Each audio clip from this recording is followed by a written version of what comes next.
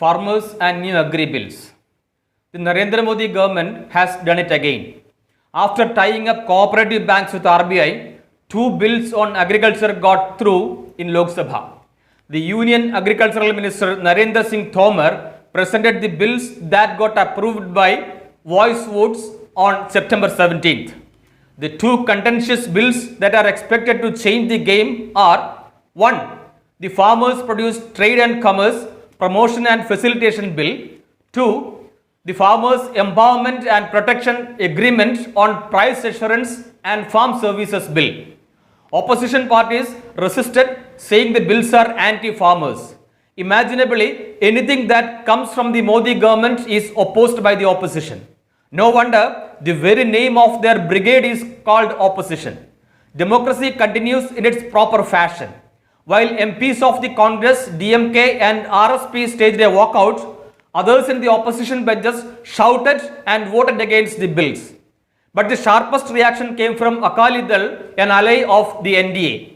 The only Akali representative in the Modi cabinet, the Food Processing Minister Harsimrat Kaur Badal, resigned in protest.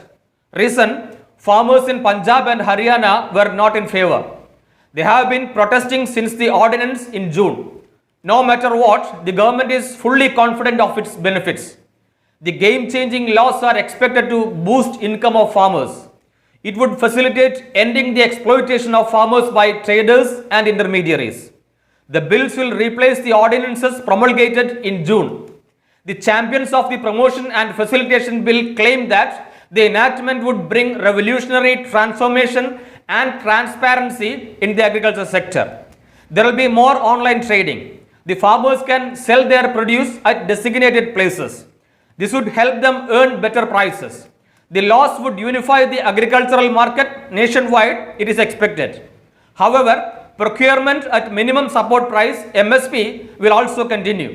The new bills will pave the way for new investment in logistics and supply chain.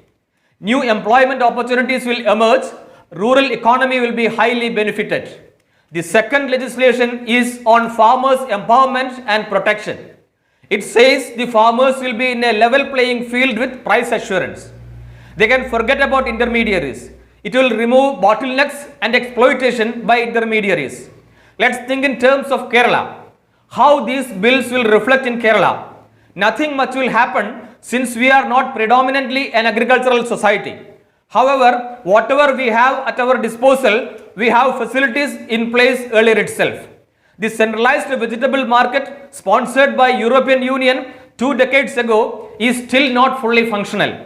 We have such huge facilities in Marad, Muvatupuzha and Vengeri in Calicut, but not yet reached anywhere near its objectives.